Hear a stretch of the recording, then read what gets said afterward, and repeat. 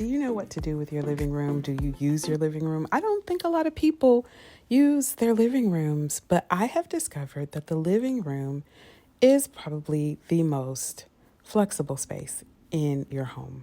And I know that seems crazy, right? Because a lot of people don't use a formal living room or a formal dining room.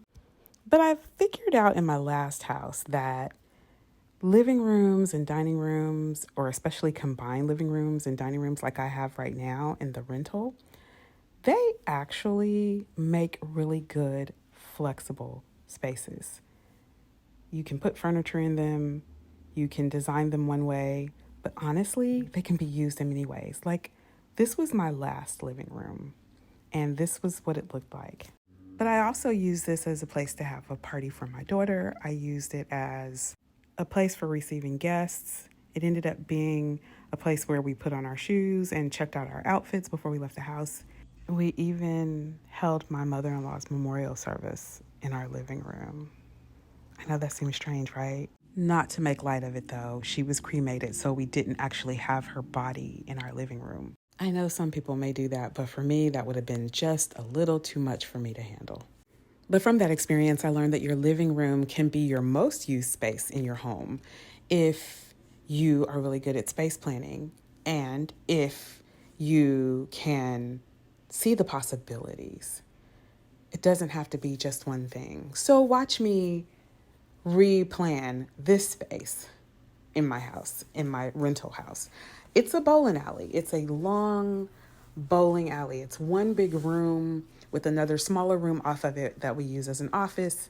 And the room is supposed to house your dining room, your living room. And honestly, it's so big, you could probably do 3 seating areas in this room. In fact, I technically have. Part of the reason that I decided to do this is because 1, I'm not bored, but I kind of need a project. And two of the reasons, I guess, that I'm doing this is because I will have a much smaller living/dining room space or flex room in my new house. And I really want to capitalize on that space and not just have it be a place where pretty furniture sits, but people never do. Because that's what living rooms tend to be. To be very honest with you, since we've been here, the few months that we've been here, we have not really used this space at all. Sometimes I'll sit in here, but for the most part, I don't. So I did some adjustments. First of all, I took the couch and I turned it around towards the table. Now, for me, the couch and the table, the scale is a little bit off, but I do want to do something like this in the new space. I want to have like a settee that sits up close to the table so that we can do like a dining situation if we ever need to, a smaller, intimate dining situation. We have a large enough kitchen where we can put a very large dining table, so that's where the main dining table will go. But in this instance, I wanted to create a situation where I could sit here and have tea. I can sit here and work on my mood boards and my designs for the new house. I can sit on the couch and lounge, or I can actually have a meal, an intimate meal with some candles, my husband and I just hanging out in this space. Just by flipping the couch around where it faced the table and the chairs, I've now created a much more functional space where you can do several things. I could work, I could have a meeting, I could eat. It's really cool because now it's not just wasted space. Also, by adding smaller tables and chairs and accessories and poofs and pillows around the area, I've now created little, what would you call them? Temporary seating or movable seating. I used to think that people just had way too much furniture in their spaces. But what do you do when you have a long bowling alley of a space like this one? You have to fill the space up with things that are functional. Now, not everything is to scale because obviously this is not my forever home. This is technically not my home. So I'm just using the furniture that I have and the accessories that I have and using it to fill the space. Honestly, when I first started doing this, I was like, oh my gosh, is this a living room or is it a furniture store? Because whenever you go to furniture stores, they seem to always have everything set up just so perfectly, but they also have everything set up all together. Different vignettes or different seating areas, but they're all together. But then I was like, well, that's a form of inspiration. I'm not necessarily looking at one particular setup. I'm looking at all of the setups and how, in a way, they work together. So that's just what I did here.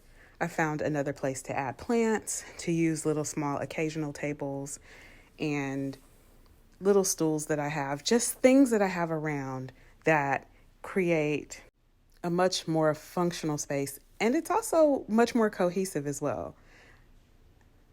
Now, my 3 seating areas that I have created here, the dining area, which is, pretty much delineated by the 2 big tall cabinets that I have on the side, and the buffet. And then I have this lounge area here where I took the ottomans from my cloud couch, put those on the other end of the table near the fireplace. We don't use the fireplace, but this would be a great lounging and reading spot if we did. It also creates a conversational area because the 2 chairs that sit opposite this coffee table, someone could be sitting there as well. Someone could be sitting on the ottomans on one side of the table. Someone can be sitting in those occasional chairs on the other side of the table. And you have a great sitting area. I would delineate these spaces with rugs, but I'm not buying rugs for this house because I'm not going to be here very much longer. But that's what I would do. I would create the separate spaces or further divide up the room with rugs. And here you can see behind these chairs, I've put 2 stools. These stools can be moved around. Someone could be sitting in one of the stools and talking to either someone on the couch or someone in one of the other cream colored chairs. It's kind of perfect. Even though it seems like a lot, it's kind of perfect because I always wondered, what do people do with big, long bowling alley spaces like this? I would never build this. I would never build a long bowling alley of a room. But if you have one, how do you separate the spaces? How do you create small areas of conversation, little pockets of places for people to sit or perch, hang out, talk, eat, How do you do that? I am learning how to do that. And honestly, I think it looks great, but at the same time, it's a little cluttered for me. It's definitely more furniture than I'm used to having in a space because I tend to design more minimally. But in doing this, it's going to help me really figure out the rooms in my house.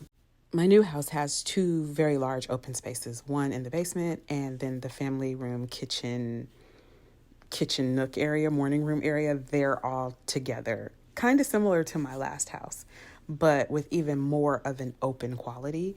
So I am going to have to figure out how to make the furniture pieces in that space work together.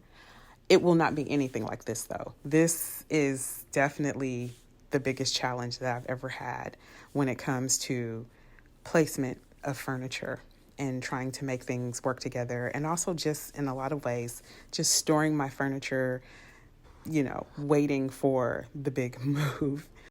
We do entertain quite a bit, but we have not had a large number of guests to this apartment, and we probably won't because it's just not very practical. But if we did, I would literally have enough seating for everyone, which for me is a goal. It's a goal to have more seats than butts.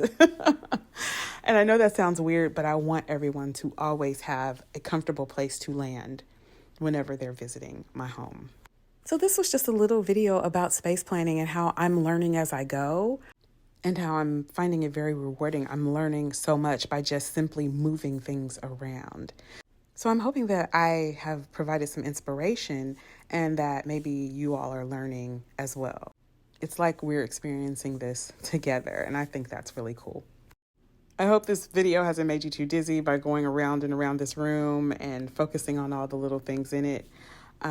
But I was hoping that the visuals would help me make my point. So I'm going to end this one here. It was just a quick one. I thought I would film it because I started moving furniture around and I was like, you know what? This is something that I can definitely share.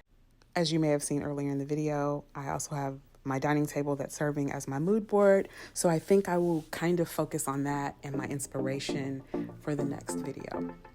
If you like this, give me a thumbs up. If you haven't subscribed, what are you waiting for? Subscribe and hit the notification bell so you can get more videos. And if you have any questions, leave them down in the comments. Thank you so much for watching, and I will see you in the next one.